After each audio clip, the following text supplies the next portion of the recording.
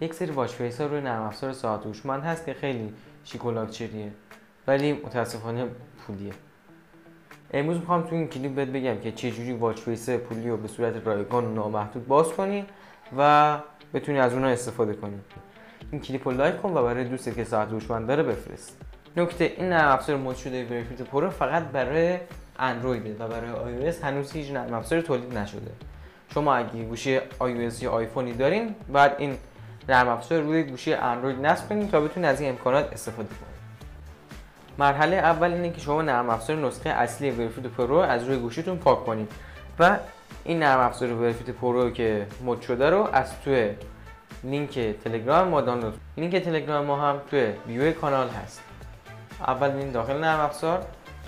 اینجا قسمت لاگین، یک ایمیل و یک پسورد از شما میخواد. یک ایمیل و یک پسورد توی کپشن براتون نوشتم، شما میتونید همون رو اینجا استفاده کنید. من اینجا وارد کنم.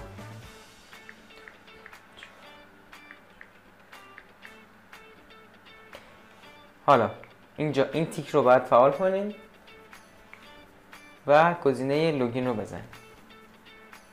الان به طور اتوماتیک وارد نرم افزار میشه. این پایین گزینه دیوایس رو میزنید، ساعتتون رو میارین. حالا اینجا شما باید اد دیوایس رو بزنید و ساعتتون رو به این برنامه وصل کنید. ساعت من اچ 9 پرو، گزینه کانکت رو میزنم.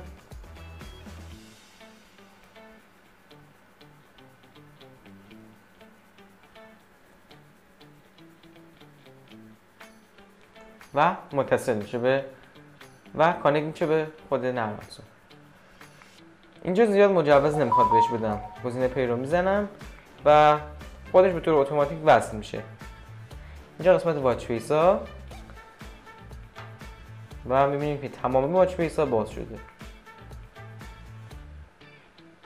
مثلا این واچ فیس که تازگی معرفی شده و توی نسخه اصلی پولی بود، اینجا میتونیم به صورت وی آی پی ما دانلودش کنیم. فقط کافی این قسمت وی آی پی فری رو بزنیم و شروع میشه به اینستال شدن. این به طور کامل روی ساعت من نصب شد. اگر سوالی یا مشکلی توی نصب این روش داشتی به من حتما بگو توی کامنت تا مشکلتو حل کنم.